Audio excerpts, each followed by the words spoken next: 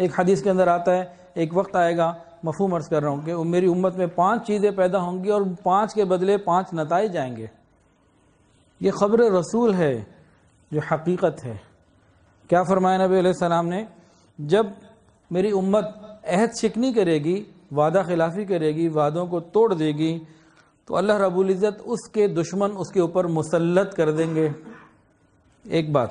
Number 2، جو قوم جب میری امت قانون خدا کے خلاف حکم جاری کرے گی، اللہ تعالیٰ ان کے اندر فقر اور غربت کو پیدا کر دیں گے۔ آج ہمارے حکومت کے اور ویسے گھروں کے اندر بھی جو ماں باپ بھی حکم جاری کر رہے ہوتے ہیں، بعض مرتبہ شریعت کے خلاف ہوتے ہیں، پھر پریشانیاں آتی ہیں، کہتے ہیں کسی نے کچھ کر دیا۔ بھائی کسی نے کیا کچھ کر دیا؟ اللہ کے نبی بتا رہے ہیں کہ جب گھروں میں اور حکومتوں میں اور اداروں میں جو آرڈرز ہوں گے، جو قانون بنا جائیں گے، وہ اللہ تعالیٰ کے قوانین کے خلاف اگر ہوں گے، حکم خدا کے اگر خلاف ہوں گے، تو پھر تنگی آ کے رہنی ہے۔ سیدھی سیدھی بات ہے، اللہ ہمیں سمجھ عطا فرمائے۔ فرمایا جب امت کے اندر بے حیائی اور فحاشی آ جائے گی تو موت کثرت کے ساتھ ہوگی۔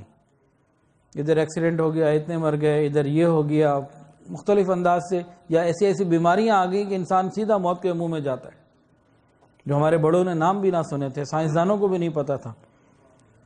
آج یہ چیزیں آ رہی ہیں، یہ فحاشی کی وجہ سے ہیں۔ اور فرمایا جو قوم ناپ تول میں کمی کرے گی وہ قحط میں مبتلا کر دیے جائیں گے۔ زمینی پیداوار میں پرابلم ہو جائے گی، قحط آ جائے گا۔ قحط 2 طرح سے ہوتا ہے، ایک تو ہے کہ چیز ہی نہ ملے، دوسرا یہ ہوتا ہے کہ ایسا ہو جائے کہ قیمت اتنی بڑھ جائے کہ افورڈیبل پوزیشن میں افورڈیبلٹی جو ہے نا وہ کم سے کم ہوتی چلی جائے۔ یہ بھی قحط کی ایک شکل ہے۔ اور آج دیکھیں مہنگائی کدھر جا رہی ہے۔ سنیے دوبارہ، جو قوم ناپ تول میں کمی کرے گی قحط سادی میں مبتلا ہوگی۔ اور 5ویں بات فرمائی، جو قوم زکوٰۃ ادا نہیں کرے گی اللہ تعالیٰ بارش کو روک لیں گے۔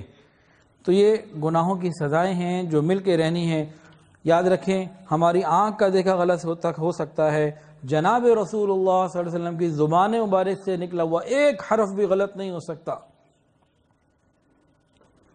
لیکن گناہوں کی وجہ سے اور میڈیا کی وجہ سے ہماری عقل نے کام کرنا چھوڑ دیا، غلط سوچتی ہے، سوچ ہماری ٹھیک نہیں رہی۔